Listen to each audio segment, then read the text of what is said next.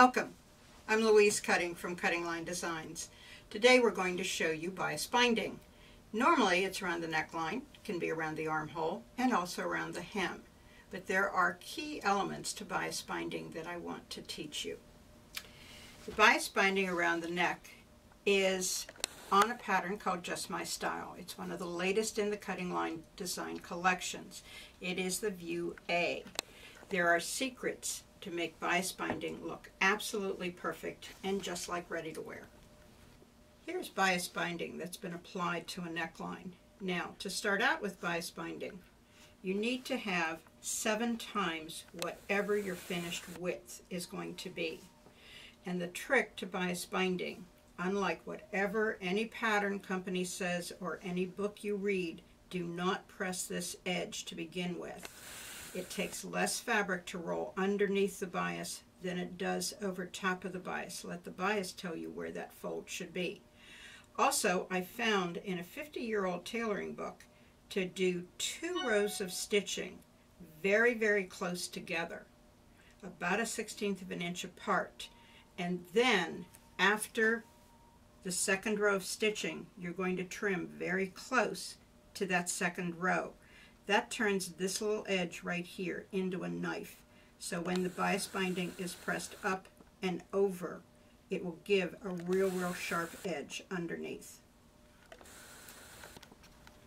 At the yarning board, you want to press the bias binding away, not touching this fold yet. Turn it to the wrong side, and we're now going to stab pin, rolling that bias as close to that hard, crisp edge that you clipped inside.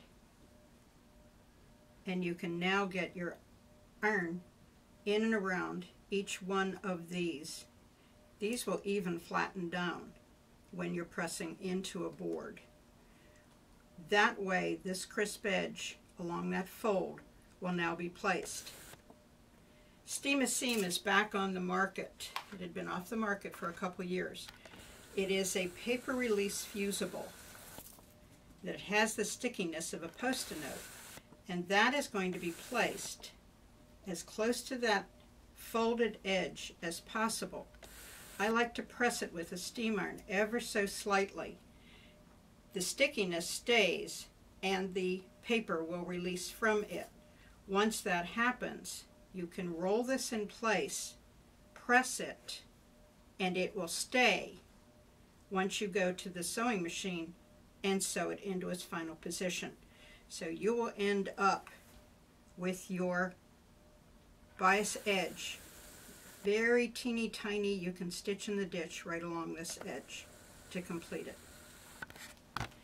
This shell had a facing for both the neck edge and the armhole. I wanted to change it into bias binding, but there has to be a formula so you know how much bias binding to cut. So we go around the neck edge and we go around both armholes completely. Most patterns come with 5/8 inch seam allowance, and that's what the dotted line is here on the front and the back. Bias binding does not need this extra 5/8 because it would make the armhole or the neckline much smaller. So this right along the dotted line would be cut off. On multi-size patterns, you would have to find what your 5/8 is in your size and remove it.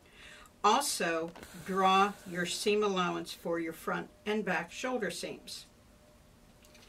We have to go into the interior of the pattern by however big of a seam line you want to now create.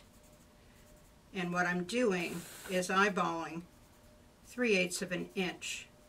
I've done this a few times, but you might want to double check your measurements. So 3/8 of an inch. Now this particular pattern has the front and the back both cut on the fold. You're going to take a tape measure starting at your 5/8, and we're going to stand our tape measure on end all the way around on that line that you drew, both in the front and the back,